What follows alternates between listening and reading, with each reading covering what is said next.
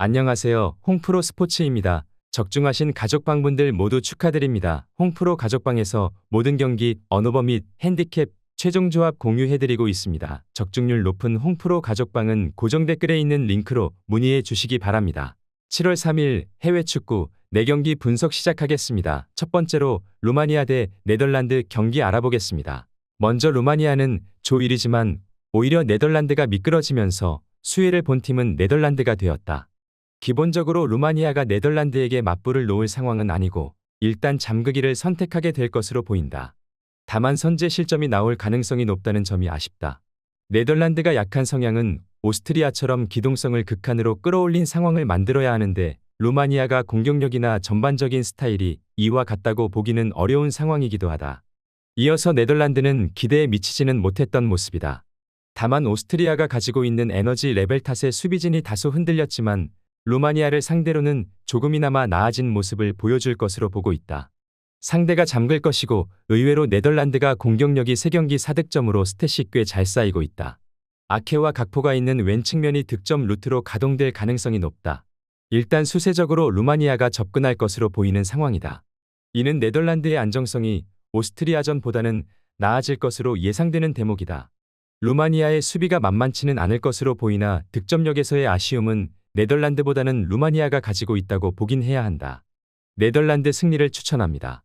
두 번째로 오스트리아 대 튀르키예 경기 알아보겠습니다. 먼저 오스트리아는 랑닉 감독 체제에서 상당히 팀을 잘 구축한 모습이었다. 물론 매 경기 실점이 나오고 있다는 점은 아쉽지만 다양한 공격 루트로 이것을 잘 해결하고 있는 모습이다. 현재 자책골을 제외하면 오스트리아가 기록한 골은 5골이다. 이를 모두 다른 선수들이 넣었을 정도다. 특출난 에이스가 있는 모습까지는 아니지만 팀적으로 보여주는 활동량과 기동성이 좋다. 이어서 튀르키예는 다크호스로서의 면모를 잘 보여주고 있다고 볼만하다. 하지만 튀르키예의 아쉬움은 다소 조급한 운영이다. 체코전에서도 이 때문에 덜미를 잡힐 뻔했고 전반적으로 감독이 전술이나 팀 매니지먼트적인 면에서도 팀 장악이 명확하지는 않은 모습이다. 특히 몬텔라 감독은 공격적인 전술로 수비적인 난조를 감수하는 타입이기도 하다. 오스트리아의 공격성이 상당히 부담스러울 것으로 보인다. 일단 오스트리아가 다양한 공격 루트나 팀적인 완성도가 더 높은 상황이다. 물론 튀르키예도 젊은 선수들의 기량과 폼이 올라오는 모습이지만 조급한 운영이나 감독의 전술적인 리스크가 크다고 보는 편이 더 나을 것으로 보이는 매치업이다. 오스트리아 승리를 추천합니다. 영상은 잘 보고 계신가요? 핸디, 언오버 및 최종 조합 공유받아 보실 수 있는 가족방 입장 방법 알려드리겠습니다. 첫 번째로 영상 하단의 댓글을 클릭해 주세요. 두 번째로 댓글에 링크를 클릭해 주세요. 마지막으로 채팅 참여하기 후 메시지 주시고 답장 기다려 주시면 됩니다. 나가기 하시면 가족방 입장시켜 드릴 수 없습니다. 언제든 편하게 문의 주시기 바랍니다. 세 번째로 브라질 대 콜롬비아 경기 알아보겠습니다. 먼저 브라질은 상당히 부담스러운 상대를 만났다. 특히 콜롬비아도 조 2위로 토너먼트로 가는 것을 꺼릴 것으로 보이는 상황이다. 브라질이 밀어붙이는 상황을 만들 것으로 보이기는 하지만 콜롬비아가 마구 밀어붙이는 성향의 팀을 상당히 실리적으로 잘 상대했다는 점이 매우 까다롭다. 지난 경기 파케타와 비니시우스 같은 선수들의 폼이 좋았다고 하지만 코스타리카의 늪축구 양상을 격파하지 못하는 등 브라질도 공격에서의 기복이 없지도 않다. 이어서 콜롬비아는 2위로 간다면 토너먼트 첫 단계부터 우루과이라는 강적을 만나게 된다. 결국 콜롬비아 역시도 1위를 굳히겠다고 판단할 근거는 충분한 상황이다. 주전들의 비중이 만만치 않을 것으로 보이는 이유다. 다행히 이미 남미 예선에서 브라질을 상대로 승리를 거두거나 미국을 상대로 대승하는 등 수비와 역습에 필요한 건실함과 화력은 꽤 물이 올라왔다고 판단할 수 있는 상태기도 하다.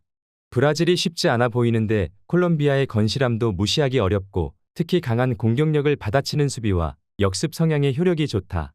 이미 이 성향으로 브라질을 남미 예선에서 잡아낸 모습을 보여주는 등 콜롬비아가 상당히 할 만한 게임을 만들 수 있는 상황이라고 예상되기도 한다. 무승부를 추천합니다. 네 번째로 코스타리카 대 파라과이 경기 알아보겠습니다. 먼저 코스타리카는 일단 이기고 콜롬비아와 브라질의 경기 결과를 살펴야 한다. 하지만 현재 2위 브라질과의 득실 차이는 6점이나 나는 상황이다. 코스타리카가 기적이 필요한 상태다. 그도 그럴 것이 코스타리카의 플레이 스타일 자체가 다득점에 특화가 된 전력은 아니기 때문이다. 그나마 대표팀에 남아있는 캠벨도 최근에는 유력한 선발로 취급되지는 않고 있다. 세대 교체 때문에 코스타리카의 전력이 북중미의 다크호스라고 하기도 모한 상태기도 하다. 이어서 파라과이는 2패로 탈락을 한 상황이지만 전패를 면하기 위해서라도 꽤 수비적으로 나서면서 한 점이라도 따겠다고 나올 것으로 보인다. 최근 페루와 무승부를 기록하거나 콜롬비아를 상대로도 꽤 1골 차이의 석패 양상을 기록하는 등 특유의 축구 스타일이 아주 힘을 잃은 것은 아니다. 오히려 엔시소와 알미론 등 한방이 있는 선수들은 코스타리카보다 더 많이 있는 듯한 느낌도 든다. 주도권 자체야 간절하다고 할 수 있는 코스타리카가 잡을 것으로 보인다. 하지만 다득점에 특화된 팀도 아니고 상대인 파라과이의 수비력도 아주 떨어지는 모습은 아니었다. 오히려 코스타리카가 밀어붙이다가 한 방을 가진 파라과이 선수들에게 타격을 먹어버리는 상황도 나올 수 있을 것으로 보인다. 무승부를 추천합니다.